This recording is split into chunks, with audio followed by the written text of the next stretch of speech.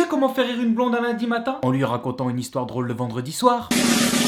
On a tous entendu des blagues qui suggèrent que les blondes sont stupides. Il y a même des livres entiers et des bandes dessinées qui ne sont consacrés qu'à ce phénomène. Mais pourquoi les blondes et pas les brunes ou les rousses? Parce que les rousses ça pue. Oh mais tais-toi toi. Reprenons. Pourquoi fait-on des blagues sur les blondes? C'est ce que nous allons découvrir dans cette vidéo. Et avant, n'oublie pas de laisser un petit pouce bleu sur cette vidéo. Alors en faisant mes recherches, deux théories majoritaires sont apparues sur les internets. La première, c'est que sous la pression du politiquement correct, les blagues racistes ou sexistes ne sont plus admises. Et donc que les gens auraient pris pour cible les blondes, symbole de la féminité vulgaire. Mais cette théorie n'explique pas vraiment pourquoi on cible les blondes. La deuxième théorie est que dans le langage québécois, blonde signifie femme. Les blagues sur les blondes seraient donc en fait des blagues sur les femmes en général. Mais cette théorie me semble un petit peu tirée par les cheveux. Oh putain, il a osé le con. En effet, on retrouve les blagues blondes également en Europe, alors que le terme blonde ne porte absolument pas cette signification. Alors je me suis penché dans l'histoire pour essayer de retrouver les premières traces d'association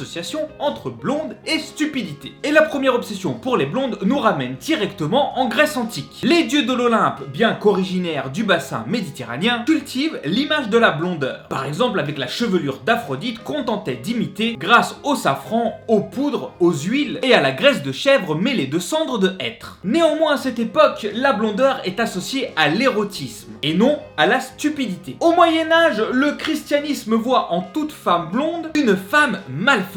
Et elles sont donc invitées à se couvrir la tête. Mais le mal n'étant pas synonyme de stupidité, il n'y a pas encore de blagues blondes. Dites-moi en commentaire les meilleures blagues blondes que vous connaissez. Puis au cours du même Moyen-Âge, l'église change d'avis. Et la blonde symbolise alors l'innocence et la douceur dans l'art religieux. À la Renaissance, aux alentours des années 1500, Lucrèce Borgia, célèbre pour sa blondeur et des mœurs prétendument légères, devient la muse de nombreux peintres et écrivains. Ce qui redonne à la blonde son caractère d'érotisme. Ce conflit entre pureté, féminité et érotisme ne quittera plus la blonde dès cette époque. Au XVIIe et XVIIIe siècle, on rentre dans une ère de libertinage et les grands peintres se mettent à représenter des jeunes femmes aux cheveux d'or. Dans ces tableaux, les blondes deviennent insouciantes et lascives. Et c'est en 1775 qu'on retrouve la première association entre blonde et stupidité, avec Rosalie Dutey, une courtisane, modèle préférée des artistes de l'époque, qui devient la cible d'une comédie satirique qui s'appelle Les Curiosités de la Foire. Dans cette pièce, elle y est décrite comme une sotte à la beauté solaire.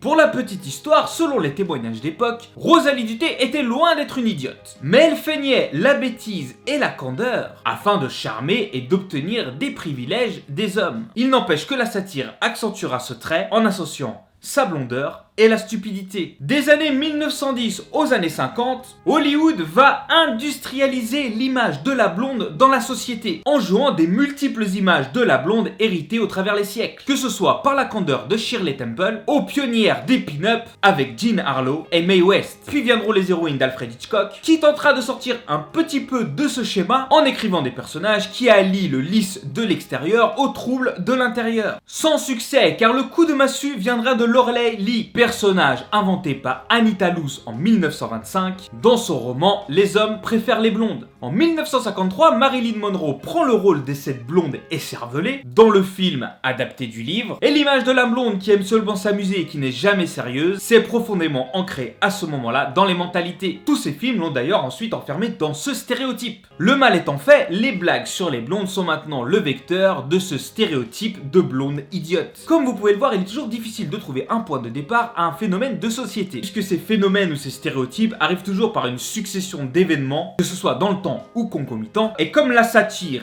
est une forme d'humour, je pense qu'on peut considérer que tout est parti avec Rosalie Dutey en 1775. Voilà, j'espère que vous avez appris quelque chose dans cette vidéo. Dites-moi en commentaire les meilleures blagues blondes que vous connaissez. N'oubliez pas de vous abonner, de laisser le petit pouce bleu et de cliquer sur la clochette de notification. Et je vous dis à bientôt pour une prochaine vidéo.